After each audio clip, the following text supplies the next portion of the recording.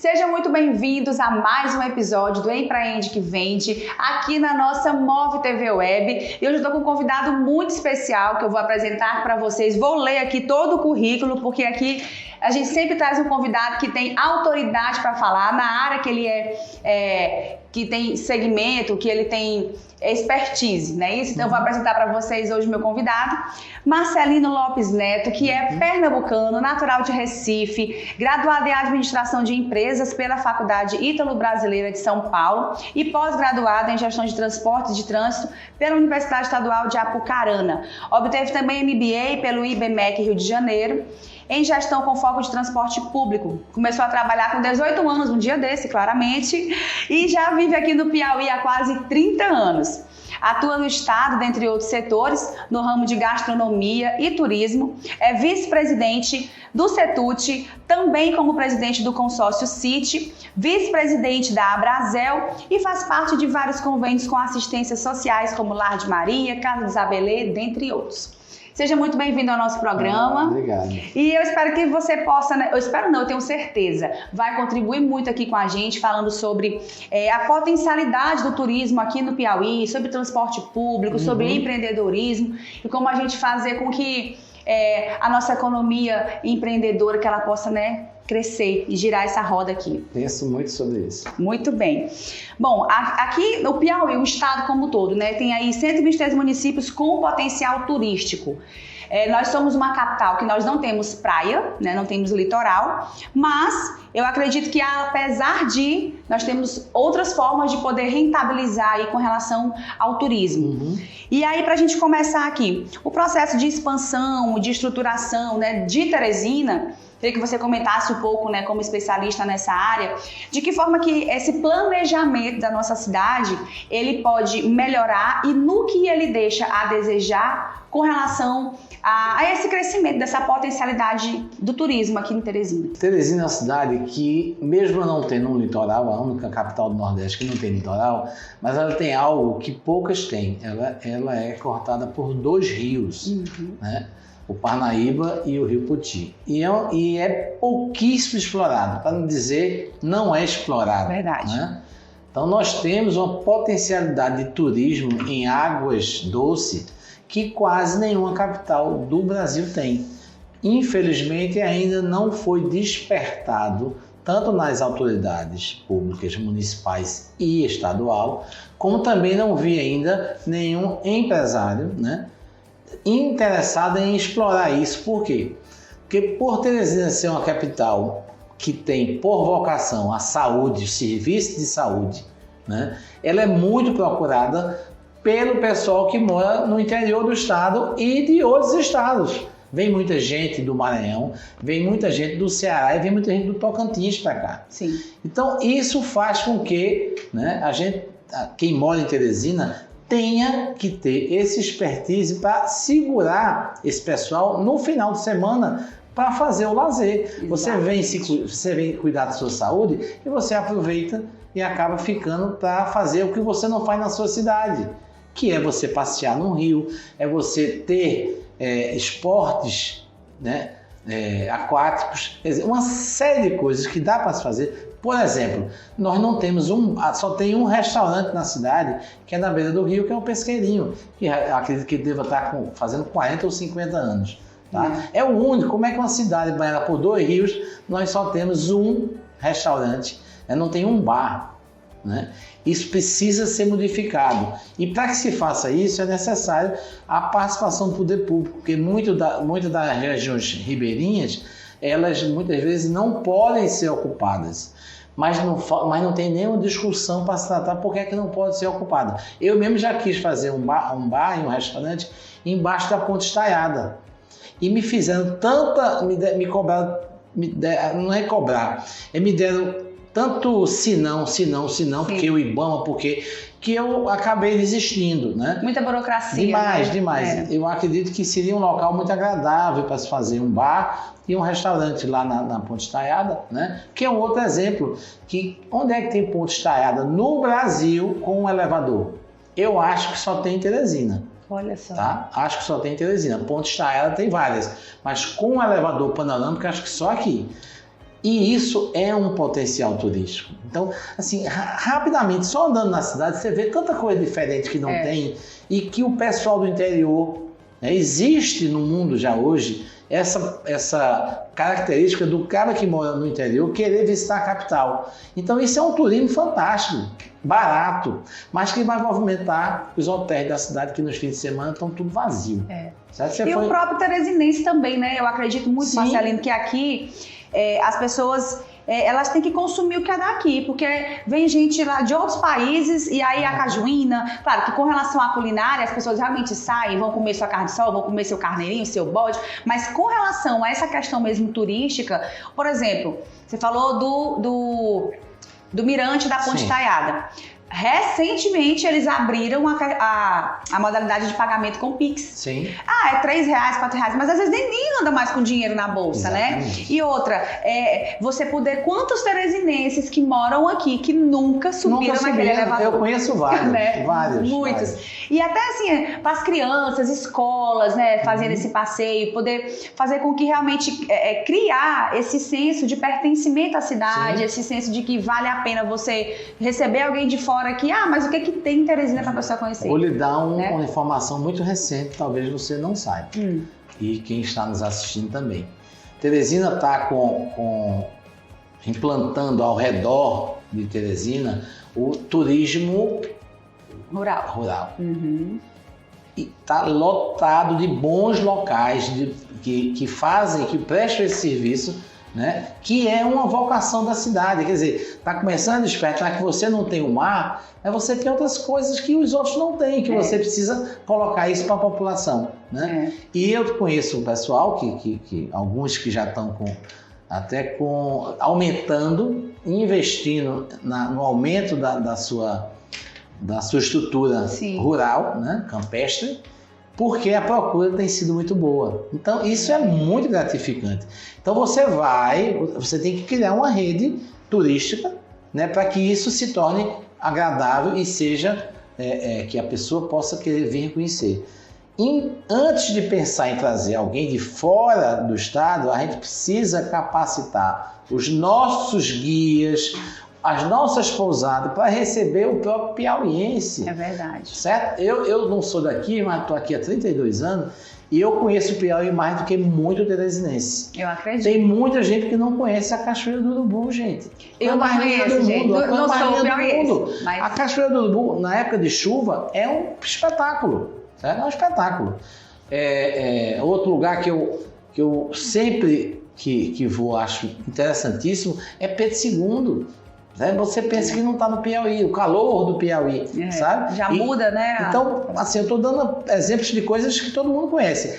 Agora, deve ter um mundo de coisas no Piauí que a gente não conhece e que possa ser explorado turisticamente, né? Graças a Deus, a gente está, nesses últimos anos, a gente está vendo que começou a vir avião para Parnaíba, que não tinha voo para Parnaíba, já tem voo para onde fica o Museu do Homem, Neandertal, São Raimundo Nonato. São Raimundo Nonato. Então você começa a ver, né, que nós temos, como Piauí, tem pouca indústria, mas tem um campo fortíssimo. Você vê aí a soja, você vê, está crescendo muito, o né? sul do agro, estado, o agronegócio muito forte.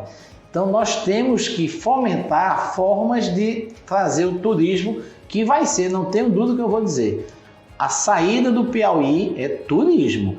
É só a gente pensar na Europa. O que é que a Europa tem? A Europa tem turismo. Você vai na Europa, você vê vários monumentos bonitos. Mas eles são bonitos porque são bem tratados. Porque colocam luzes à noite.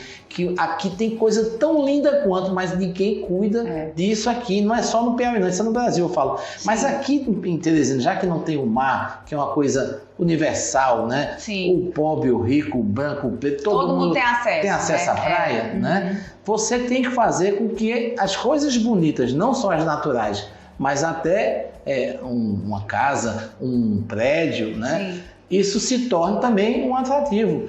Quantas vezes você não fez um passeio turístico no Brasil ou fora do Brasil? Você entra no ônibus, o cara vai mostrar uma estátua, vai mostrar um prédio antigo, Mas ou até a história também, né, de alguém, uma personalidade. Okay. Quantas personalidades nós temos aqui, né, na história do esporte? Vou lhe dar um exemplo, Palácio do Karnak, aqui é um lugar muito bonito, mas não tem um tratamento de luzes à noite que torne ele mais belo ainda. Sim. Se você for em qualquer lugar da Europa, uma coisa muito menos bonita do que um exemplo, o Palácio do Karnak, ele tem um tratamento de luzes à noite que você fica maravilhado. Então, assim, isso está começando a se despertar. Ou nós partimos para fazer do turismo a nossa maior indústria, ou o Piauí não vai sair da posição, infelizmente ainda, de um dos estados mais pobres da nação. Né? E levando em conta, né, Marcelino, que a gente está espremida aqui pelo Ceará e pelo Maranhão, que são dois estados, o Maranhão também é um estado pobre e tudo, mas que tem mar, que tem porto. Tem um porto fortíssimo. Né, que é o daqui,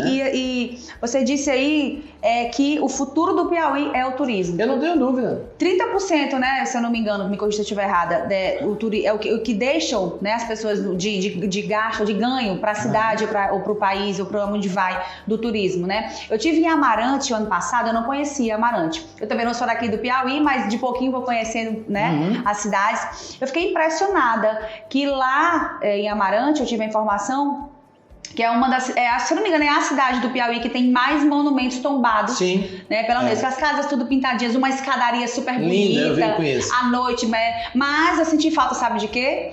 Das pessoas para vender uma lembrancinha, um souvenir, né? À noite, assim, eu acho que, sabe? Ali a gente tem o Lira Ecopark, maravilhoso, né? Do Haroldo. Ideia fantástica. Não, ali é um espaço sensacional. A culinária é maravilhosa, as acomodações, é o que há. Mas a cidade também existe, né? Acho que lá a prefeitura e eles aqui tomam de conta da cidade com relação ao emprego e da economia. Mas você vê, e é tão pertinho, né? Às vezes a pessoa vai para Floriano, porque não dá uma parada lá em Amarante, ou então vai para Picos, e aí então fazer com que realmente esse movimento cultural do próprio teresinense, do próprio piauiense, né? Consumir o que é daqui, fazer com que, ao invés de ir pra Viçosa, que agora a onda é Viçosa, né? Aqui todo mundo vai pra Viçosa e tal. Você falou Pedro II, já tem uma temperatura mais amena, mas é uma questão realmente de ter incentivo, como você falou. Precisa do poder público, precisa também, né, do privado. Que o privado acorde para o turismo. Acorde. Tem muito a se explorar no Piauí. Eu vou dar um exemplo. O Piauí é o litoral menor do Nordeste. 66 quilômetros. Mas eu acho que ele minha opinião pessoal, conheço o Nordeste todo no litoral, que eu adoro praia. Sim. E para mim ele só perde em beleza para o litoral de Alagoas. Sim. Ganha do Pernambuco, tá? Então assim, e é muito legal porque nós temos o Delta aqui. Nós temos ali, vizinho ao Delta, os Lençóis Maranhenses. Quer dizer, coisas que a natureza brindou poucos lugares do mundo. Verdade. E está tudo aqui pertinho. Hoje o aeroporto de Parnaíba, com certeza, se tornou o melhor local para o europeu, o americano chegar, né, no Piauí, Ceará e Maranhão. Ceará com suas belezas, falésias, né? E principalmente Jericoacoara. Também, né? Jericoacoara, você tem o Piauí com Barra Grande se destacando no cenário mundial. Sim. Né? E você tem ali toda aquela região de Luiz Correia, que é muito, muito gostoso, né? Aí você, logo em seguida, você está dentro do Delta. Dentro do Delta, logo em seguida, você está nos Lençóis Maranhenses. Então, hoje, o aeroporto de Parnaíba, não tenho dúvida que eu vou dizer, ele vai se tornar, no máximo em 2 anos, o local de chegada do europeu e do americano para esses 3 estados. E o que é que está acontecendo em Parnaíba? Que eu acabei, tem 3 meses que eu abri uma casa lá, um restaurante. Né? Por que eu fui para lá? Porque Parnaíba, quem vai muito a Parnaíba, eu moro aqui há 30 anos, eu já vou a Parnaíba pelo menos há 25 anos. Sim. De 5 anos para cá, a Parnaíba mudou completamente. Os grandes grupos atacadistas nacionais e internacionais estão em Parnaíba. Por que esse povo foi para lá? Esse povo não vai para um lugar sem fazer estudo de mercado, sem fazer estudo de viabilidade econômica.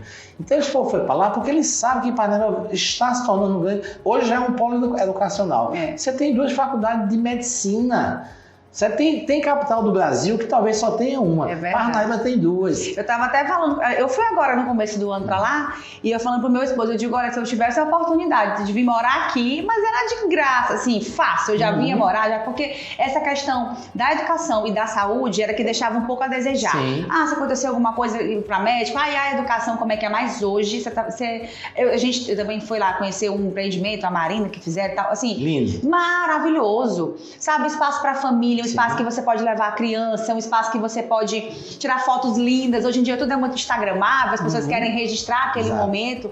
E, como você está falando, essas pessoas que vieram para cá, esses olhares lá de fora, isso a gente tem que estar com o olho atento, até para não roubar o que é nosso aqui, né? Você vê hoje, o que você está falando é um complemento do que eu comecei a falar. Sim. Você vai para Barra Grande, eu acho que 70% dos proprietários de bares, restaurantes e pousadas são do sul do país, do sudeste do país. O pessoal chega lá, se encanta e acredita. O nordestino, nós nordestinos somos mais, acho que, recatados no ponto de empreender. Certo? Temos mais medo, receio de empreender. E o povo que já está mais acostumado com isso vem para cá e está tudo lá funcionando. Né?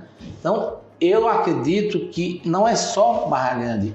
Você vê o Macapá, você lembra do Macapá em Maramar? Há 5 anos atrás nem casa tinha. Você chega lá hoje, não tem lugar mais de pousada. Eu fiquei numa casa de uma amiga que ela fez uma super casa lá. Fiquei impressionada, então, muito bacana. A velocidade de mudança de pensamento em relação ao turismo, ela tem sido 3 vezes superior à capacidade, certo, de produção da iniciativa privada. É um negócio impressionante.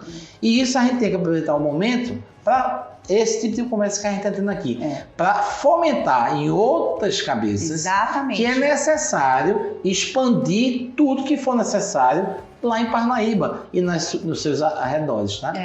E trazendo também para cá, né, para nossa realidade de capital, apesar de, como você falou, não temos praia, mas essa questão do turismo rural está movimentando muito. Tem esportes radicais, né? Tem essa questão também para as crianças, né, dos animais. O que é que Veneza na Itália vende para o mundo? Água. Não é?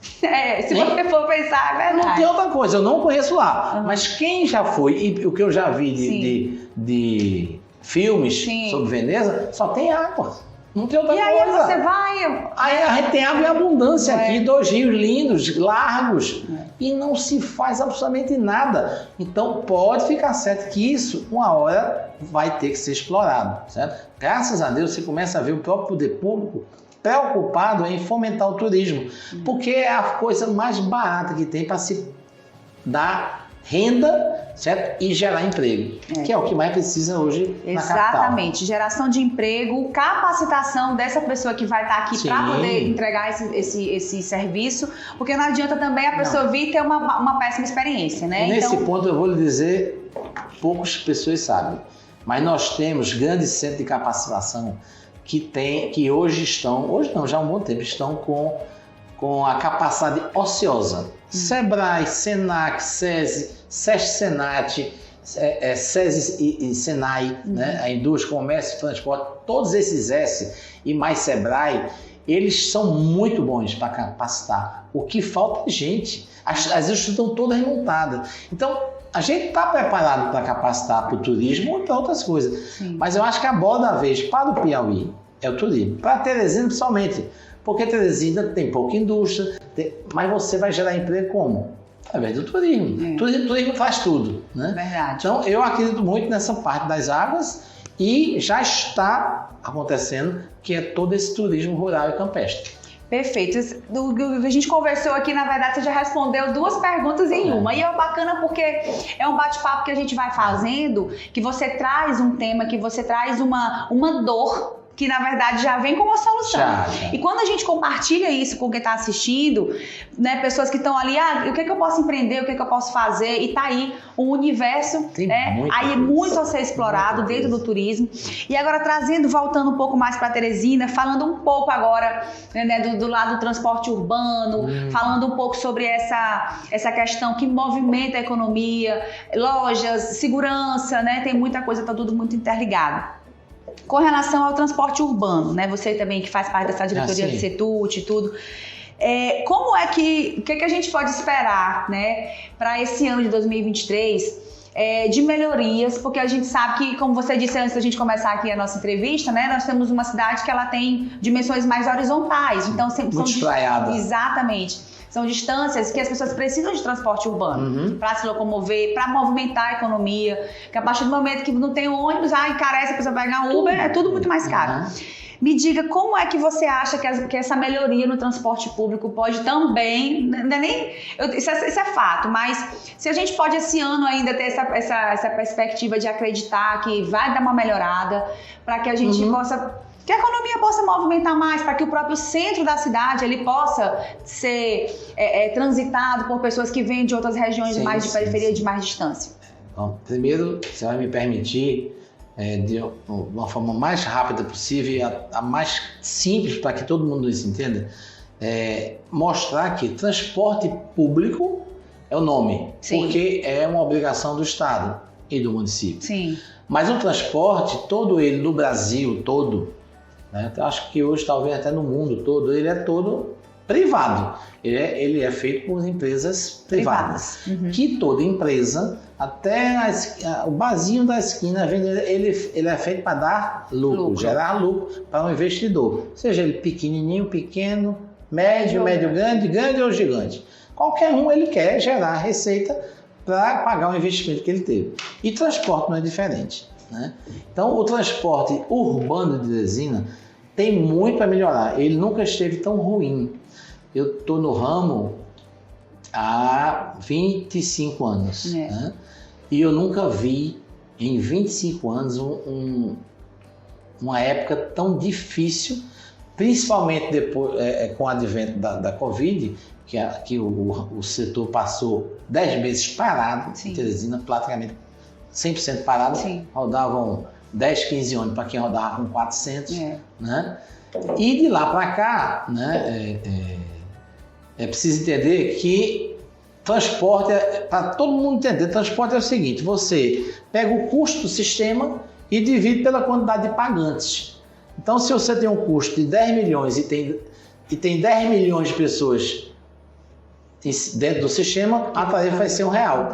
R$1 vezes 10 milhões de pessoas, 10 milhões de reais. Sim.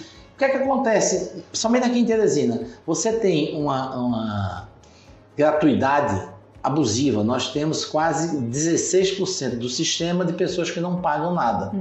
Então, aí você tem mais 20 e poucos % de estudantes que pagam 1/3 da tarifa. Eles pagavam antes metade, como é no Brasil quase todo, e de 2, 3 anos para cá pagam 1/3. E isso tudo quando o poder público, quem decide isso é o poder público, não é o empresário. Então, quando isso acontece, o poder público ele tem que fazer a contrapartida. Eu dei gratuidade para alguém, mas ele não pode ser irresponsável de fazer com que alguém pague mais porque alguém não paga nada. Porque quem vai pagar mais, via de regra, é o cabo mais necessitado da cidade, que é o que anda de ônibus. Quer dizer, eu pagar mais para o meu filho, que está numa escola, pagar 1/3 não é justo. Mas é assim que funciona, tá? A verdade é essa. Eu pagar mais, né, para alguém não pagar nada, por exemplo, o policial militar ou civil, nada contra o policial civil militar não pagar nada, mas esta passagem que ele não está pagando, ela tem que ser paga pelo Estado e não por alguém que está pagando para andar no ônibus, porque ele está pagando um pouco a mais para alguém não pagar nada ou pagar 1/3. Então, essas distorções que ainda existem nos transportes, notadamente em Teresina, né, é o que a gente vem tentando discutir com a atual gestão municipal, que é preciso ou acabar com elas, que eu não sei se é o melhor caminho, mas se não acaba, o poder público tem que bancar, subsidiar. Tomar responsabilidade para... E isso está no contrato de concessão. A licitação ocorreu em 2014 aqui, os consórcios que estão aí foram ganhadores, né, os vencedores do certame licitatório. E a regra do contrato diz isso: a prefeitura tem que bancar a diferença do que se arrecada para o custo. E em Teresina hoje isso daria algo em torno de 5 bilhões de reais, que a prefeitura deveria bancar. Não vem bancando. Isso desde que ela assumiu a gestão. Então, isso tudo faz com que o sistema vá piorando a sua capacidade de investir. Tá? Então, hoje, nós estamos com quase 4 anos que não tem um ônibus novo que entrou na cidade. Será que o empresário não quer comprar um carro novo? Carro novo não quebra, carro novo não dá manutenção. Quem tem carro sabe o que eu estou falando. Com certeza. Então eu não quero um ônibus velho. Para que eu quero um ônibus velho? Vai me dar só trabalho, dor de cabeça e custo. Eu quero um novo. Agora, para eu ter um novo, eu preciso ter receita para eu poder financiar um carro daquele. O ônibus novo hoje é 600 mil reais. É uma fortuna. Né? Então, eu queria dar essa introdução para mostrar que a gente está tentando, antes de tudo, ter um entendimento disso com a prefeitura. Infelizmente, não tivemos ainda. Aí eu vou agora responder o que você perguntou em relação a melhorias. Vou lhe dar um exemplo. Acredito que você vai concordar e quem estiver nos ouvindo também. Qual a hora que o usuário precisa do ônibus? Que a gente chama de horário de pico. Sim. É para sair para trabalhar ou sair para estudar, certo? E o retorno, que hoje, Teresina já está da forma que eu vou lhe dizer, há 10 anos atrás todo mundo ia almoçar em casa, hoje ninguém vai mais. Então não existe mais o pico do horário do almoço. Existe o pico do fim da tarde, que é quando todo mundo está voltando para as suas casas. Ou saindo do trabalho para o estudo, vamos dizer assim. Sim. Tá? Então você tem 2 picos. De manhã cedo, que é realmente onde os ônibus andam superlotados. O que é que a gente pode fazer para isso? Muito simples, botar mais carro nesses horários, para não aumentar muito o custo do sistema. Okay? E é isso que a gente tem tentado hoje fazer, hoje não, já há alguns meses com o Poder Público, né?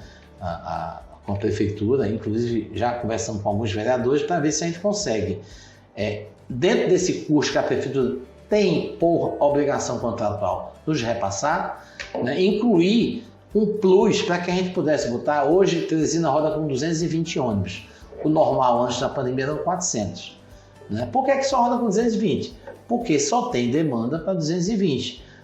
E, assim, talvez tenha uma demanda reprimida, mas a prefeitura não quer arcar com a parte dela. Sim, então, o empresário também se ressente da falta do repasse. Sim. E fica essa briga de gato e rato. Que só quem sai perdendo é o contribuinte, é o usuário, é o empresário. É o cabo do centro, que a gente teve uma reunião semana passada com a Associação Comercial para discutir este assunto. Né? Como é que a gente pode tornar mais atrativo para o cliente do comércio do centro ou do serviço do centro, ele vir para o centro de uma forma mais prazerosa. E assim, eu tive ônibus. Então a gente começou a mostrar o seguinte, uma das ideias que eu dei. A pessoa que sai para comprar no centro, ele não precisa sair no mesmo horário que você sai para trabalhar. Não precisa sair no mesmo horário que eu saio para estudar. Ele pode vir às 9 horas, certo? De repente a gente consegue dar algum atrativo para que essa pessoa não venha às 8 ou 7, que ainda é horário de pico. Venha 9 horas, você vai pagar de vez de 4, paga 3,50. Porque o carro vai estar vindo nesse horário, só que ele vem vazio. Então mais confortável, né? Sem transtorno. Então, assim, ideias tem muita. Eu, inclusive, dei para o novo superintendente que está nas trans, há uns 2 meses atrás, essa ideia de a gente botar mais carro no pico, certo? Sem precisar aumentar tanto o custo, só usando a própria mão de obra que tem hoje. Quem trabalha de manhã faz o pico da tarde recebendo hora extra. Quem trabalha de tarde faz o pico da manhã recebendo hora extra. Então, todo mundo vai ganhar mais. Nós vamos botar os carros que hoje estão parados dentro das garagens, porque se a gente tinha 400, continua tendo 400. Exatamente. Mas só está disponível 220. Então, eu vou botar mais carro na rua, mas só vou botar naqueles horários que realmente a gente sabe que a população precisa. Então, eu não vou rodar o dia todo. Então, eu vou rodar só 2 horas no pico da manhã, 2 horas no pico da tarde. Eu só vou ter custo de 4 horas, não de 10, 12, 15 ou 20 do dia. Então, isso tudinho, eu tenho absoluta certeza. Eu não sou só empresário, eu sou estudioso de transporte. A gente leu aqui essa... É porque eu gosto de transporte, então eu estou afirmando isso que todo mundo está nos ouvindo. Se começar a tratar transporte como ele deve ser tratado, respeitando que o transportador ele é um empresário, ele é um investidor e ele quer ter retorno do investimento dele, né? É óbvio que todo mundo vai ganhar. E é o que a gente está buscando com o poder público atual. Acredito, como a gente está no começo do ano, que a gente vai conseguir ter, vamos dizer assim, uma melhora de comunicação, né? todo início de ano a gente vem com essa boa expectativa, né? E tem que começar assim, mas tem que ser, eu acredito. E é muito bom poder ouvir de você que é um profissional, que é um estudioso, como você falou, dessa área, porque muita gente escuta de ver uma reportagem aqui, outra acolá, e não sabe exatamente qual é o real cenário, né, da questão do transporte público dentro da cidade. E é preciso ter coragem. Eu não tenho um pingo de vergonha de dizer que o serviço está ruim, não, tá? É péssimo. Eu poderia estar aqui, está ruim mesmo, a olhos vistos, mas eu estou dizendo porque é que está ruim. Sim. Imagine você, vou dar um exemplo do meu grupo, tá? Detém 25% do sistema. Então, 5 milhões, 25% dá 1.250.000 reais por mês. Você deixar de receber 1.250.000 por mês, é óbvio ululante, certo? De que o serviço não vai ser com a mesma qualidade. Aí vamos falar de qualidade? Vamos. Eu dou um exemplo que eu acho ótimo. Nós estamos num avião. Eu vou na primeira classe. Você vai na executiva e uma terceira pessoa vai lá no fundo, que é normalmente onde eu trabalho, que é mais barato. Sim. Onde eu viajo, né? Mas você no mesmo avião, tu quer ter mais qualidade? Paga a primeira classe. É 2,5 vezes o preço lá de trás. Tu quer ter um pouquinho melhor de conforto? Tu vai na executiva, que é 2 vezes a classe normal. Mesma coisa é onde tu quer ter qualidade, tu tem que pagar mais. Que eu defendo é que não seja o usuário que pague mais, certo? Quem tem que pagar mais é o poder público, tá? A qualidade de um serviço de transporte, quem define é o comandante. O comandante é o poder público. Vou dar um exemplo. Vocês fazem ideia de quanto é que São Paulo gasta por ano com transporte urbano? Vocês têm ideia? Não faço nem ideia. 3 bilhões. 3 bilhões, que é a prefeitura de São Paulo. São Paulo capital, né? Certo? 3 bilhões, não estou falando bilhão, né? Bilhão. 3 bilhões, isso dá quanto por mês? Isso vai dar 250 milhões por mês. 250 milhões, eu acho que compra todos os anos daqui ainda sobra um bocado. Quer dizer, é tanto dinheiro. É verdade. Mas por que será que São Paulo faz isso? É à toa não, porque ele sabe. Se ele não fizer isso, a tarifa lá, que hoje é R$5, seria 9 ou 10. Se já é difícil pagar assim, é a mesma coisa aqui. A tarifa hoje calculada em Teresina é R$7, calculada tecnicamente. Todo prefeito ele tem o condão, certo? Dele decidir se vai dar uma tarifa técnica, que é a tarifa calculada, ou se vai dar a tarifa social, que é a que ele acha que o povo pode pagar. Aqui foi assim. E a social é R$4. R$4 aqui, certo? Desde 2020, tá 3 anos com o mesmo valor. E o empresário não quer aumentar a tarifa. Não... Por quê? Porque a gente entende que R$4 já é pesado para uma pessoa usar todo dia R$10 ou R$8, certo? Que vai e volta. Então não adianta subir o valor da tarifa, porque na nossa visão vai espantar mais ainda o usuário que não tem condições econômicas de estar suportando isso diariamente. Então só tem um jeito, deixa R$4 e o poder público é que tem que bancar essa diferença. Entendeu? Sim. Aí como é que chegou nos 5 milhões? Aí eu vou dar agora para que todo mundo entenda. Teresina hoje transporta 1.800.000 pessoas por mês. Esse número já chegou a 7 milhões, viu? Nossa. Há 10 anos atrás eram 7 milhões, hoje 1.800.000. Depois da pandemia, com o advento de um bocado de outro tipo de transporte. Claro. Tá? Então, se a tarifa calculada é 7 e a gente está usando 4, existe um delay de R$3. Exato. Você multiplica R$3 por 1.800.000, quanto dá? Dá 5.400.000. Então, esse é o déficit mensal que a prefeitura tem por obrigação contratual, né, de arcar e não vem arcando. Então, é preciso que isso seja discutido com a sociedade. Eu estou dizendo isso aqui, digo em qualquer lugar que me levarem, porque eu não estou mentindo e provo que eu não estou mentindo, entendeu? Sim. Então, a culpa, não estou dizendo que eu sou o melhor empresário do mundo de onde não, mas a culpa maior de não termos hoje um sistema digno, né, para quem precisa usar o transporte público, né, o ônibus, é porque nós não temos, certo, o repasse que tinha que ser repassado para que a gente possa, inclusive, fazer as nossas obrigações. Nós temos obrigações, mas nem as obrigações a gente consegue fazer hoje porque não tem receita, né? Então, é basicamente isso hoje o maior problema de transporte de Teresina. Tem soluções? Tem. Todas. Tem várias. Mas todas elas dependem de capacidade econômica e financeira das empresas poderem arcar com várias obrigações, entendeu? E isso é muito importante, Marcelino, a gente falar, porque nós estamos aqui num programa que diz empreende que vende. Para empreender, ele vai precisar não só de ter o negócio dele, mas ele vai precisar se deslocar. Sim. Ele vai precisar fazer com que... Ele vai ter um funcionário, esse funcionário que mora distante. Então, esse déficit, esse atrapalho, né, da mobilidade urbana vem causando aí prejuízos lá na ponta para o consumidor final. Hoje Teresina não tem ônibus à noite. Depois de 9 horas da noite. E aí já vai a segurança também, entra nesse... Tá? Aí você começa a atrapalhar a vida dos outros. Exatamente. Certo? O sistema de transporte começa a atrapalhar a vida de quem Era quer isso que eu ia empreender. falar, exatamente. Quem quer montar um barzinho ali na beira do rio, Isso. né? Como é que o povo chega e sai, né? Verdade. Então, é uma coisa que mexe com a cidade toda. Acabei de dizer, tivemos uma reunião há 10 dias com a Associação Comercial, preocupadíssima com a queda de pessoas que vão ao centro da cidade. E só vai ao centro com ônibus. De ônibus, e assim, a gente vê, inclusive, vários pontos comerciais lá, né? Até depredados, alguns ali abandonados. E é um lugar que antigamente era um movimento, era aquela coisa que... Hoje mesmo, se você for agora no centro, vamos dizer, tá de tarde, quando dá 3h30, 4 horas, o movimento já tá... Né? Parece que o banco fechou e acabou. Aí, vão ali coisa, só por uma questão mesmo. Você vai me permitir. Fica à vontade. Acabei de me lembrar. Muita gente fala que não, o empregador não quer que o poder público subsidie. Ele, não é a mim. Entenda, é ao sistema. Sim. E por quê? Vou dar um exemplo que eu uso isso há muitos anos. É muito legal. Você, para entender o que a gratuidade ou a meia passagem, ela transforma o valor da tarifa maior para quem não tem nenhum benefício, né?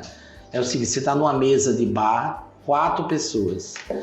O dono do bar é o dono do sistema. Ele chega no final da noite e traz a conta, R$12.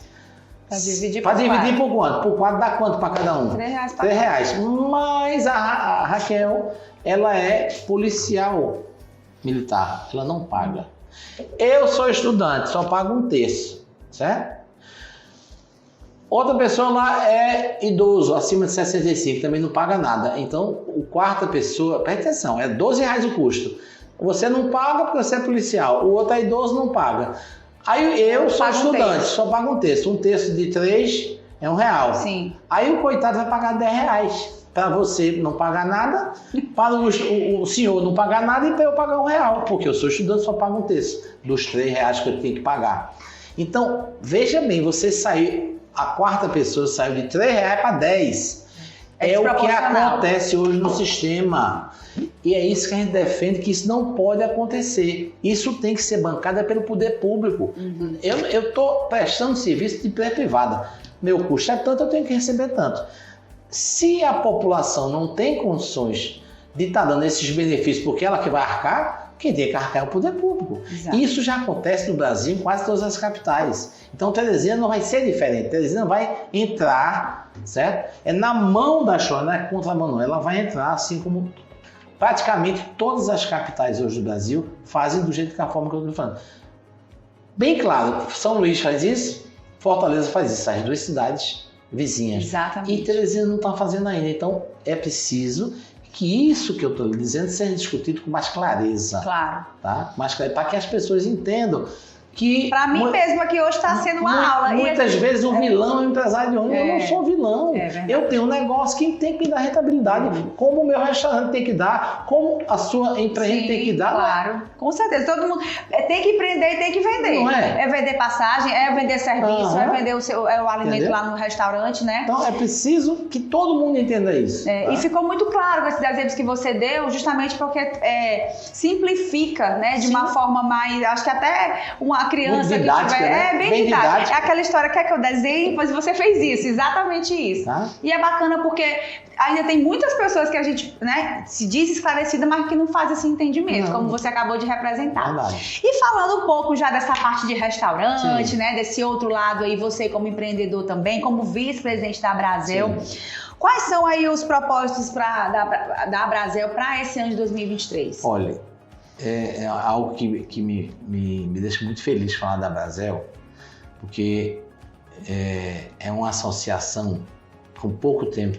no Piauí, mas que ela tem principalmente depois que o Eduardo assumiu a presidência, né, ela quintuplicou, né, a quantidade de associados, de empresas associadas, de bares e restaurantes associados, né, e tem mostrado para a categoria, né, dos empresários do ramo, né, o quanto é importante o associativismo. Para quê? Para que a gente compre melhor em conjunto, para que a gente busque em outras localidades aquilo que já está sendo implantado de melhor para que a gente possa imitar. Né? A vida é uma verdadeira imitação. Né? Exatamente, é o Ctrl-C, Ctrl-V. Não é? A gente tem que imitar aquilo que deu certo e tem que não trazer aquilo que não deu certo. Exatamente. Então, a Abrazel, ela tem visto muito isso. Então, tudo aquilo que você já vê nos centros mais adiantados economicamente, principalmente, já estão em voga, a gente tenta trazer, né, um palestrante, a gente tenta trazer algo que possa acrescentar para nós aqui do Piauí. Né? A Abrazel deixou de ser de Teresina, a Abrazel já está chegando nas 10 maiores cidades do estado. Né? Isso é muito bom. O Eduardo, inclusive, esteve aqui também com a gente, né? Falou sobre isso, sobre essa importância mesmo do associativismo, sobre esse network, sobre como fortalece, né? Muito. O segmento no geral. E como nós aqui tem um assunto implementado no outro, o turismo, você falou lá no início do turismo rural, que além da pessoa ir lá para tomar um banho num riacho ou fazer uma atividade esportiva, mas ele vai sempre comer uma galinha caipira, é o seu bode, é o carneiro, e tudo isso movimenta muito, né? A gastronomia, ela está intrinsecamente ligada ao turismo, certo? E vice-versa. Não existe turismo sem uma água, sem um refrigerante, sem um suco, sem uma cerveja e sem comida. Não tem. Ninguém sai para passear só para passear. O cara quer sentar um pouquinho, tomar uma bebidinha ou comer uma comida diferente, agradável, gostosa. Estão ligados, não adianta. E a gente tem, né, dentro da Abrazel, que é uma das coisas que a gente mais se preocupa hoje, é capacitação. É fazer com que os nossos garçons não sejam só garçons, tirador de pedido. O garçom, ele vai ter que ser uma espécie de guia turístico. Ele vai ter que dar para aquele cara que chega na nossa casa uma noção do que é a cidade. Uma noção do que é o estado. O cara chegar em Luiz Correia, for num restaurante, o garçom, ele tem que ter uma noção para poder vender para eu que estou chegando, onde é que tem uma praia melhor, não tem um serviço bom para o cara alugar um quadriciclo ou um passeio de barco. Ele não pode ficar só em servir o prato. Só servir vai ser mais um. A gente tem que ajudar também o turista para ele sair dali dizendo, rapaz, aquilo é lugar. Além de ter belezas naturais, o pessoal é ordeiro, o pessoal se dá, o pessoal nos ajuda a se divertir. Essa é a forma de turismo que a gente quer implantar dentro da Abrazel para que a gente possa disseminar isso com os nossos associados. Maravilha. Bom, Marcelino, a gente está chegando aqui ao final da nossa entrevista. É uma pena mesmo, porque é um assunto assim que rende, é muito bom poder falar com, por exemplo, né, como eu sempre digo aqui, todos os nossos convidados são pessoas extremamente inteligentes, que têm estudo. Já me elogiou demais. Mas aqui tá falando, não sou eu não, tá contando aqui. Mas é bacana que a gente consegue trazer esse tipo de assunto de uma forma mais leve, né? Sim. Porque a ideia do Empreende que Vende, como eu falei, é fomentar esse empreendedorismo. Quantas pessoas também estão nos assistindo agora? Hoje o YouTube ele tem um alcance muito grande, né? É diferente da TV aberta, que às vezes só pega naquela localidade. A pessoa pode assistir de manhã, de tarde, de madrugada, deu uma insônia, vou ver aqui. E é interessante porque eu vejo isso como uma missão, né? É fazer com que as pessoas que têm o desejo de empreender, das pessoas que na pandemia tiveram seus empregos de carteira assinada, né? Foram demitidos, começaram a empreender por necessidade, viram que realmente dava. Muitos foram parando, né? Depois, e eu até comentei isso com o Eduardo, né? A questão da quantidade de empresas, né? De MEIs que foram abertas, inclusive no segmento da alimentação. Várias, muito, né? Cresceu muito. Várias. Então, essa é a ideia do Empreende que Vende. Eu deixo aqui nossa casa, nossa porta aberta para você. Volte mais vezes, né? Que a gente possa trazer boas notícias, inclusive com relação ao transporte urbano aqui da cidade. O que eu puder, eu vou fazer um compromisso contigo. Opa! Assim que começar a clarear as coisas para o transporte urbano de Teresina, eu vou lhe procurar para a gente fazer uma outra Olha aí. entrevista para a gente dizer o que é que está vindo de bom para um serviço tão importante e que está tão devedor para a população. É verdade. E eu acredito que o tanto que vai contribuir para o empreendedorismo, né? O tanto que vai contribuir para o turismo, para a economia, né? Fazer girar de verdade, fazer se mover, se locomover aí, de fato, o sistema, né? Fazer a roda girar. Marcelino, seja bem-vindo sempre aqui, tá bom? Vai ficar esse episódio aqui. A gente já pede mais uma vez para você compartilhar, para você dar um like, para poder o YouTube entender que é um conteúdo relevante, importante. E a nossa missão aqui é servir, né? Servir ao teresinense, servir ao piauiense e que as pessoas que estão nos assistindo aqui possam sair daqui desse programa, né? Desse vídeo com clareza, né? De uma forma leve, de uma forma objetiva também e com um assunto tão relevante, né? Como a gente tratou aqui de turismo, de transporte urbano, sobre a questão também gastronômica, sobre como está a alimentação, tá tudo interligado, né? E eu acho que tudo dá para você empreender. A forma como você vai vender, né? Você vai numa praia no Ceará, um exemplo, a pessoa pega uma água de coco, conta uma piada, daquilo ali ele já será dar R$2, R$5. Então, é a forma de apresentação, as pessoas realmente terem esse gás, esse tino para fazer acontecer, não é isso? A gente tem que ser diferente. Exatamente. Né? Para poder chocar de uma forma positiva o cliente. Exatamente. Né? Se atender melhor, um bom dia gostoso, um sorriso no rosto, qualquer coisa agrada o cliente. E é isso que a gente precisa buscar para que o turista queira voltar. É isso. E eu acredito que o nosso Piauí tem muito a entregar. Muito. Teresina também é um povo acolhedor. Eu não sou daqui, já moro aqui há 18 anos, mas não quero mais sair. E por aqui a gente vai ficando. Muito obrigada mais uma vez pela sua participação. Eu agradeço demais a oportunidade, né? E espero que eu tenha conseguido contribuir com alguma coisa para vocês que precisam de transporte, né? E para aqueles outros que acreditam no potencial do Piauí para o turismo, que eu sou apaixonado por esse viés. Não, você já falou que é o futuro, é o turismo, e a gente com certeza vai ver isso se confirmando no decorrer do tempo aí, né? Então, gente, por aqui nós vamos ficando. Aguardem mais um próximo episódio do nosso Empreende que Vende. Tchau, tchau.